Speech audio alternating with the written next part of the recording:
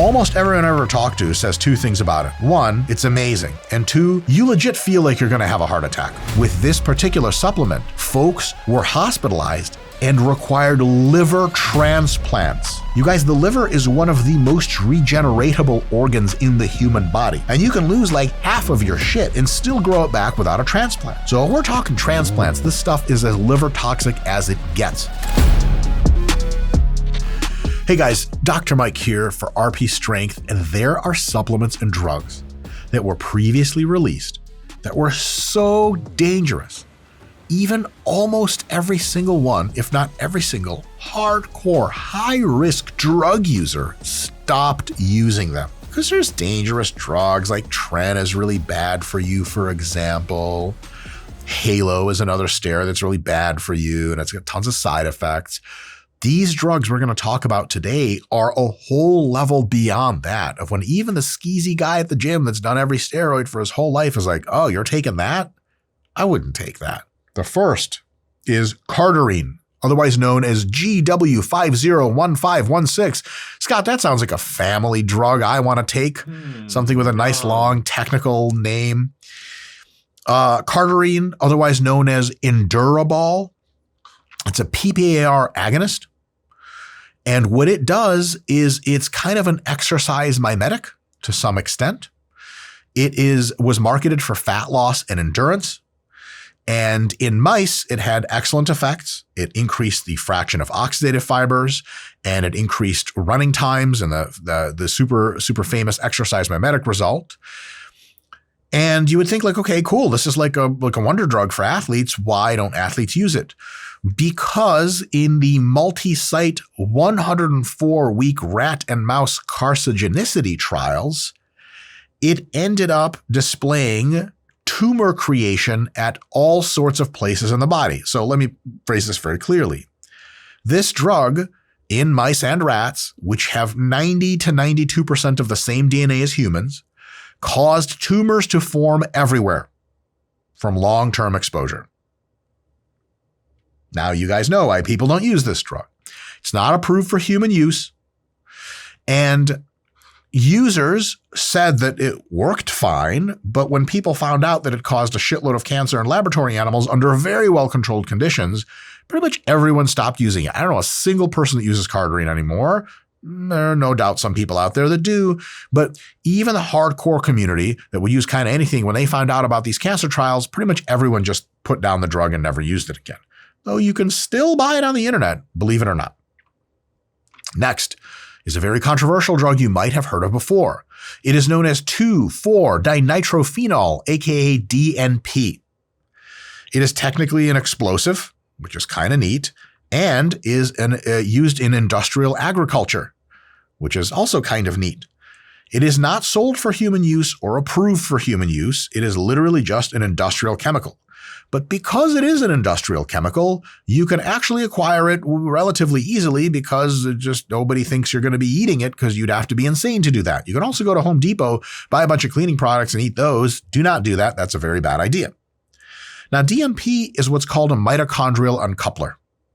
Your mitochondria basically take ADP and a phosphate, clip it together to make ATP, adenosine triphosphate, and that adenosine triphosphate goes all over the cell and powers all the cell stuff that you need. And that process of making ATP makes plenty of energy through ATP and throws off some waste as heat, just in the imperfect process of making ATP. The coupling of energy to the creation of ATP is the big part of that process. Energy is coupled in to make ATP. It's not coupled perfectly because we still have some energy that goes off and just makes heat.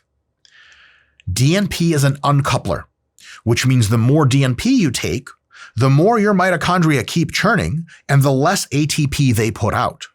But since your body is incredibly adept at detecting how much ATP it has, if it doesn't get enough ATP because of the uncoupler, it looks at the mitochondria and it goes, hey, work faster. So the mitochondria end up burning a fuckload of calories, mostly making heat and not a lot of ATP. And they end up getting up to a level where they're making a normal amount of ATP or pretty close, but the amount of energy that consumes is massive. And thus that energy is burned And your fat stores are mainly where that comes from. Now, of course, muscle loss is also a thing. Glycogen loss is a thing. But as far as raw potential for calorie burning, DNP has few equivalents because of that uncoupling process. And it absolutely leads to rapid fat loss if you use it. In some case reports, people don't get an increase in hunger, but in some they do. But it doesn't dependably make you much hungrier, which is nice. But for some people, they still get super hungry. Now, what are the deleterious effects? There's actually one straightforward way in which almost all of the bad stuff with DNP happens. And that is you take so much of it that you overheat. And if you overheat, you actually start to cook yourself from the inside out. It just degrades all of your body structures. It's a way to actually die. The thing with DNP is that it has a pretty decent half-life of like a day and a half. So if you've taken an excessively high dose for 3 days and you get real sick on day number 4, you're not out of the woods until day number 6.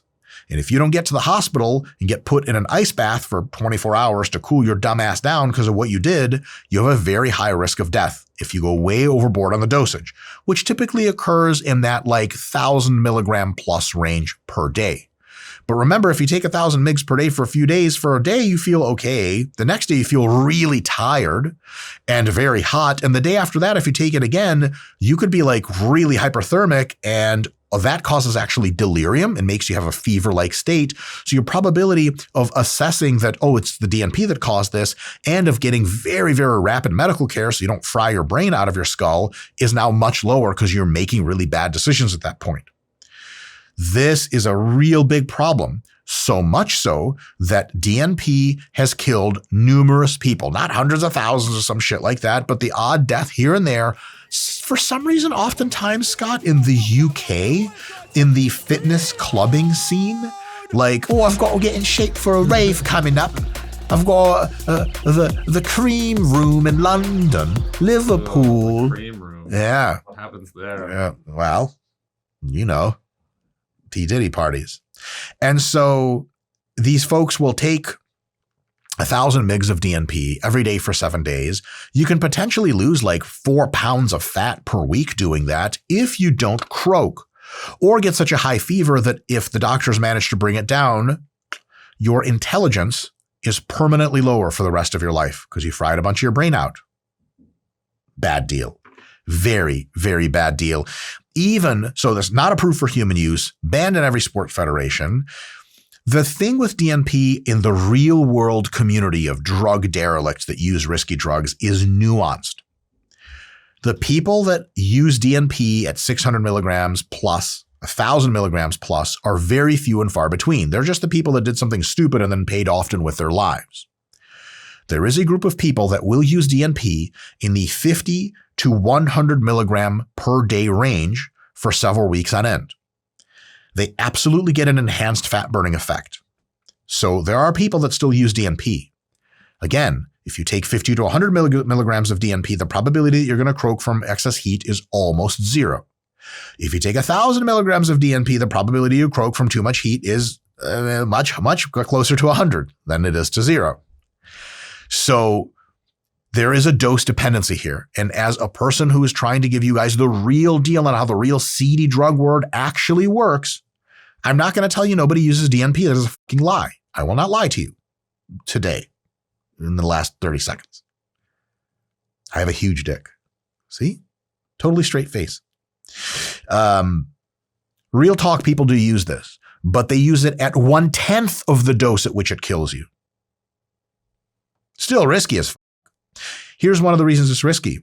You get the DNP and it's this little yellow pill from some kind of box from some kind of farming supply store, and you have absolutely no idea on the process control used to make sure it's actually 100 milligrams in there instead of 1,000. See, if you're throwing it on a field for the fertilizer effect, you don't really give a shit at those doses and levels. It's a Russian roulette every single time. The big downside with DNP, and why actually even almost no hardcore people use it, is that it really substantially makes you hotter all the time, which kind of sucks if you're trying to sleep. And it also really reduces your perceived and actual ability to produce energy. Because remember, it takes a lot of your energy shifts it from making ATP to just making heat. And then you have less ATP than normal. You feel every single bit of that. Real talk, you guys, I've absolutely used DNP. And I've used it in the context in which it was helpful, but I don't use it anymore because it was like, look, I could just do like a couple hundred steps extra cardio, reduce my carbs by 25 grams, get the same effect as from DNP, but I'm not nearly as tired and my training isn't nearly as total dog shit because it will rob you of your energy like you will not believe. Like a set of 5 in the squat, you usually get off that side, you're like, that was tough. Ooh, all right. With DNP, you're like, holy fuck. And it takes like a minute to get your fucking mojo back and you just feel weak almost all the time. Not a good thing. Not a great drug.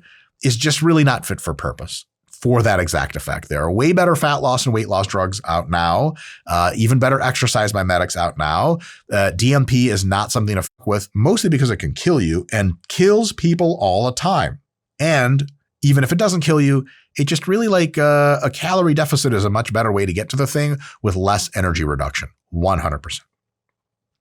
Next, we have a couple of substances that were kind of big deals a few years back. And this is a bit of a cautionary tale about that one cool new supplement people are talking about in general. So in 2013, there was this OxyELITE Pro age line formula. OxyELITE Pro had a bunch of different stuff in it. It was marketed as a thermal fat loss supplement.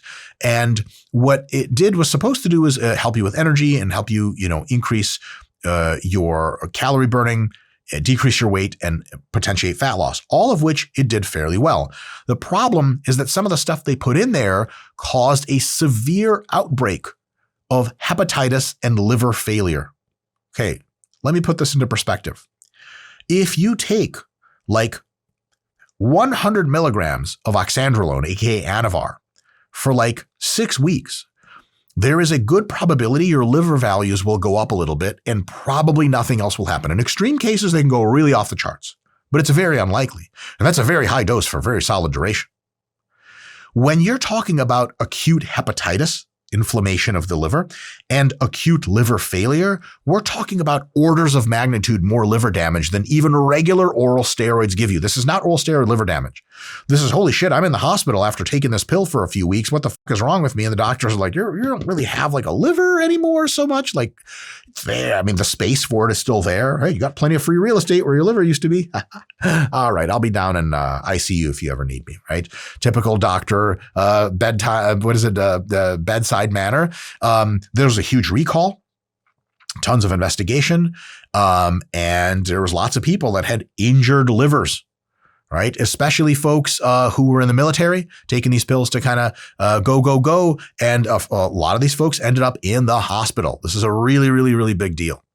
And so this got pulled. You can't find it anymore, thank God. But it just goes to show you that, and it was, for a while, it was like a really hot new supplement. People are like, oh man, you tried fucking OxyELITE Pro. Yeah, man, there's something in there that really gets me going. Well, it turns out that's something, particularly the age line stuff in there, probably causing massive liver injury in a large fraction of its users.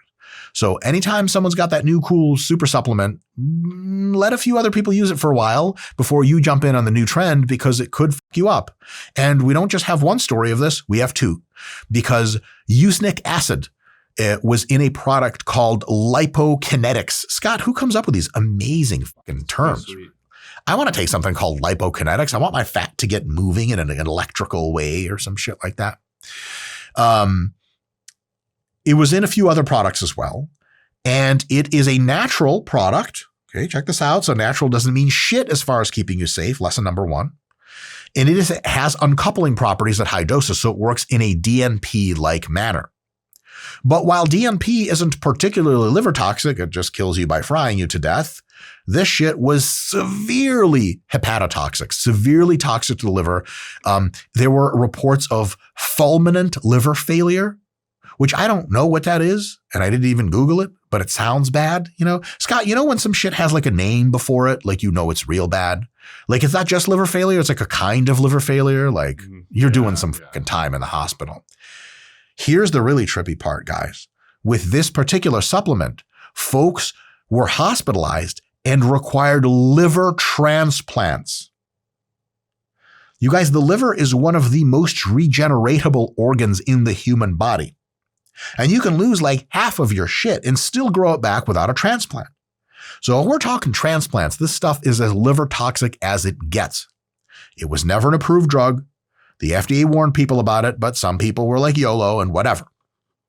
As soon as it was found out that this stuff was causing jaundice, pruritus, and cholestasis and all this other really terrible liver stuff, basically everyone stopped using it. But again, it was accurately marketed as natural and marketed quite well. And a lot of people took it. And a few of those people really, really paid a humongous price. Scott, that's fucked up, right? Like, yeah. How many people would buy something that was natural with like literally in their mind is zero risk of harm? Yeah, I mean, it's natural. It's natural. Well, you think sunlight harms you? I guess skin cancer. Hey. Water, flood deaths.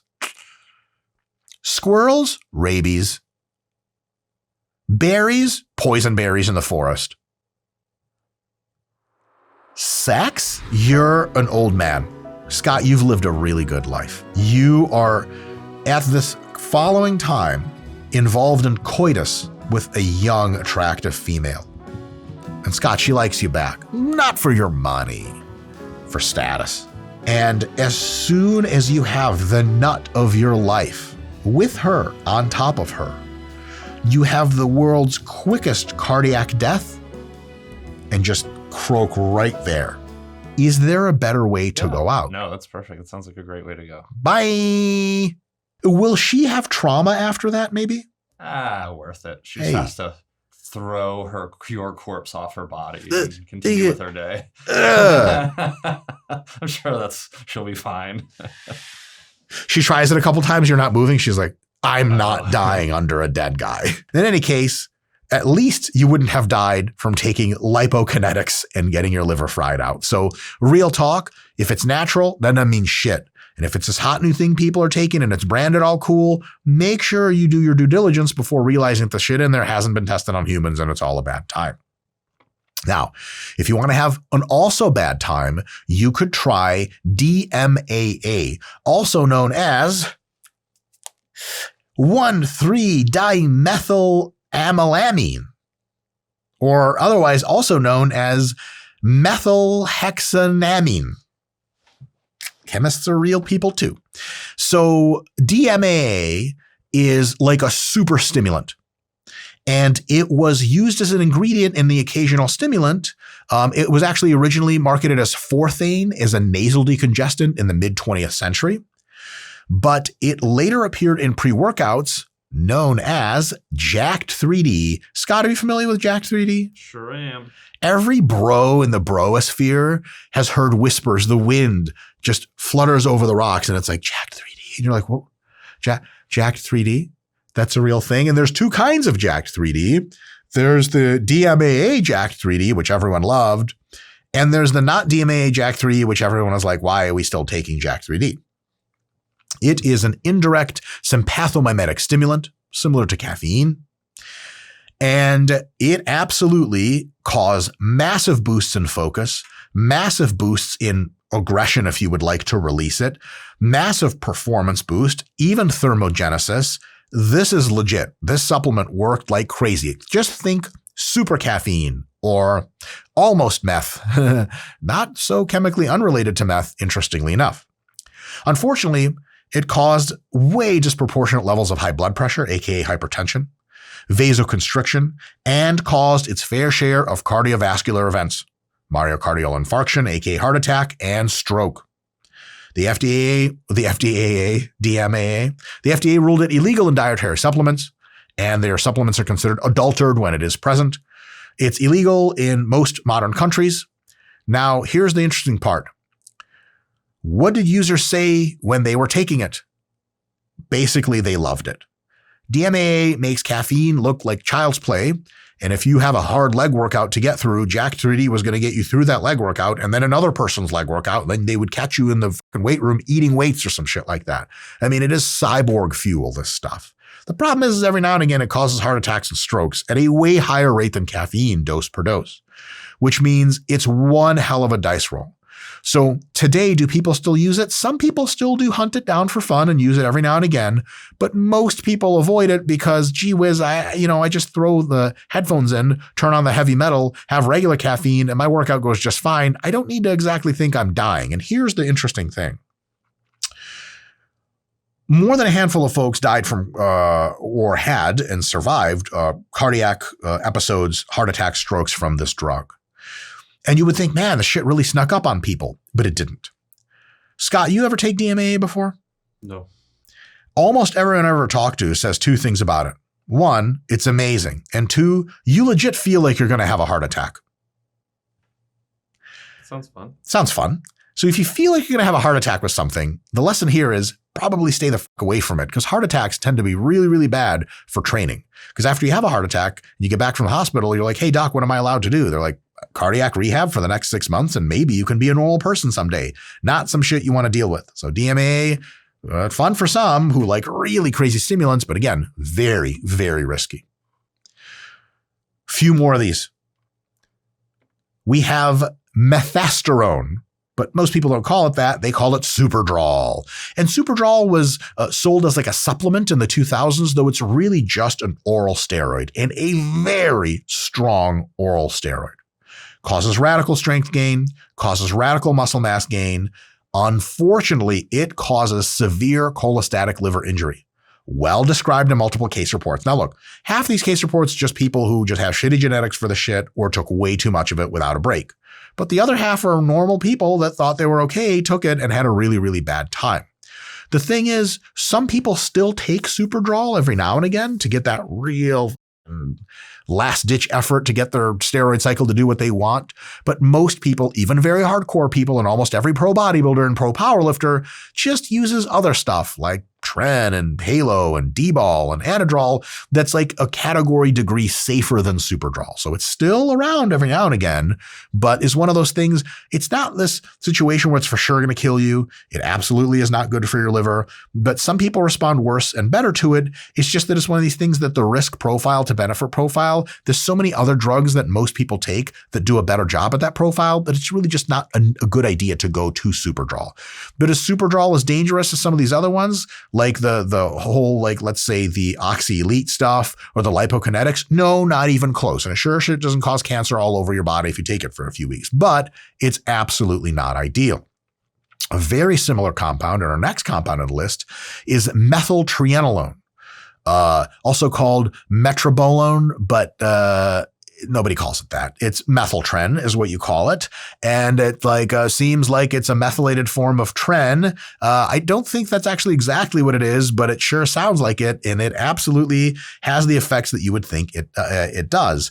The cool thing about Methyl-TREN is that it's extremely anabolic and androgenic at very tiny doses.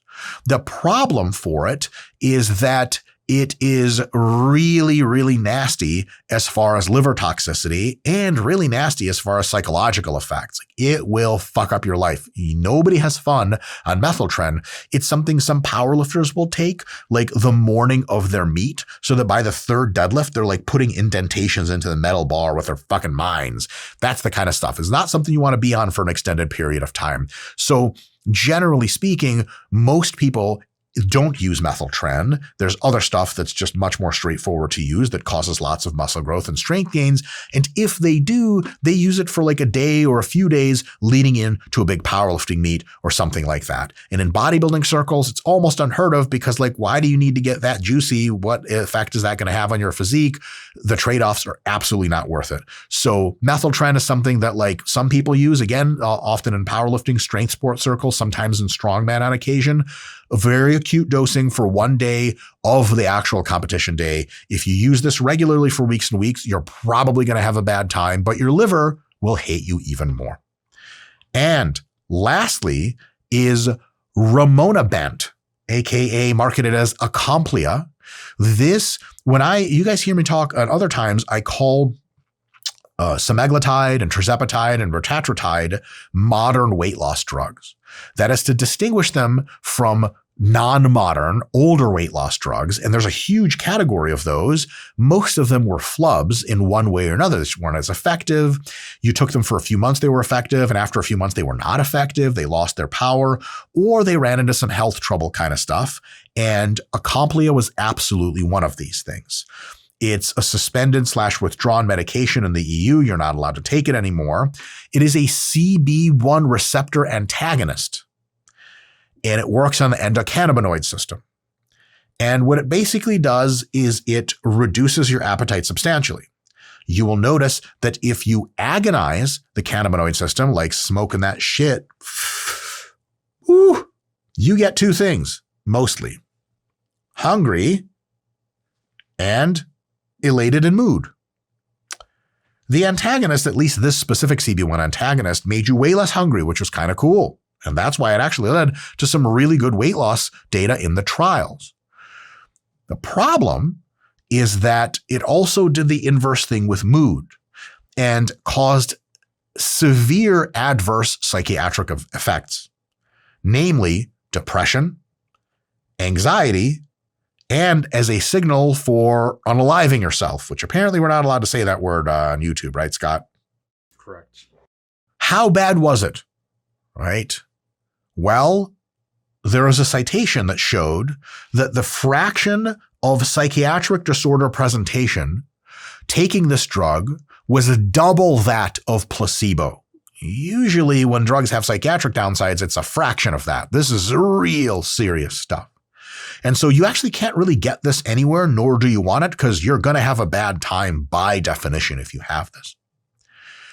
Pretty much nobody in the bodybuilding space messed with it because it was kind of really designed to treat regular weight loss. And unless it's like a thermogenic bodybuilders can feel, they typically don't take it. Nowadays, bodybuilders are on tirzepatide and semaglutide like, whoa, but those are way more subtle and way safer.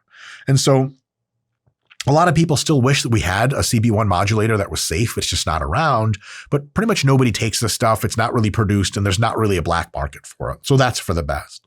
But it is a cautionary tale for the fact that some drugs are mechanistically very well vetted, have large trials showing they have a good main effect, but the devil's in the details. And if you have this crazy high degree of psychiatric problems with a drug, man, you put that out in the population and someone who's already at risk for maybe harming themselves or something like that, every now and again, that's going to lead to a really bad time. So guys, overall, this is a grand tour of some of the supplements and drugs that over very recent history, this all happened in the last 20 years, were supposed to be things that were awesome and helped you. And they ended up being things that really had negative downsides that just were not worth it.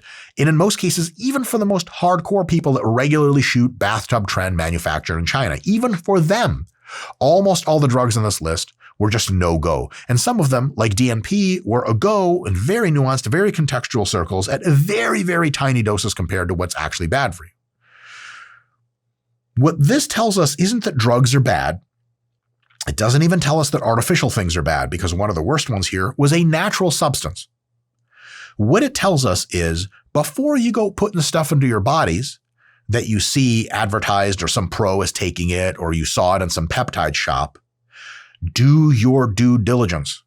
Talk to Gemini, talk to Claude, talk to ChatGPT, talk to Grok. Extensively be like, look, I'm thinking about taking this supplement or this drug. Tell me about the health data. Tell me about the downsides. Tell me anything that'll keep me from taking it, and fully imbibe the knowledge they give you back. Because you can roll the dice and be like, oh, I'm one of the first ones to jump on the XYZ bandwagon of this new drug, and you're probably going to be fine and jacked and lean. But there is a decent probability that new drugs that haven't been well vetted, that have tons of hype around them, are exactly the thing that you should not be taking. So don't just shut yourself out to the world and stop taking drugs altogether, though that's totally fine as well. Just be smart. Don't rush in and let some other risk-averse folks do the testing for you, read the forums and be like, that guy's dead. I'm not going to take that drug. I'm kidding, sort of. Now, if you want something that's super safe and super effective and will actually potentiate you getting more jacked and more lean, the RP Diet Coach app is a thing that makes me money. And it also makes Scott the Video Guy money. And listen, we love money. You can spend it on all kinds of things. That we don't spend it is not a big thing, but you can invest it too. Guys, legit, the RP Diet Coach app is awesome. I use it every single day. No joke. It's not like I'm pimping someone else's product. This shit is our fucking product. I use it 3 times a day. Scott uses it 3 times a day, but he only has to look at it once. He just can't read that good. And so he has to look at it a few more times, and he has like a ledger that A means A sound. Okay. And so he does that. Give it a shot. Link in the description. And if you want to take any of these drugs, your boy has got it. No, I don't have an online shop where you can buy all these illegal, crazy drugs. Scott, do you want to start a supplement company that only sells drugs that really hurt you? Some people do that already. Yeah, more or less. Stay safe. Be smart. Don't do anything stupid. And if all your young TikToker friends are taking this cool new supplement, don't be the first to take it. Don't be the middle to take it. Maybe be the last. Get all the gains anyway. See you next time.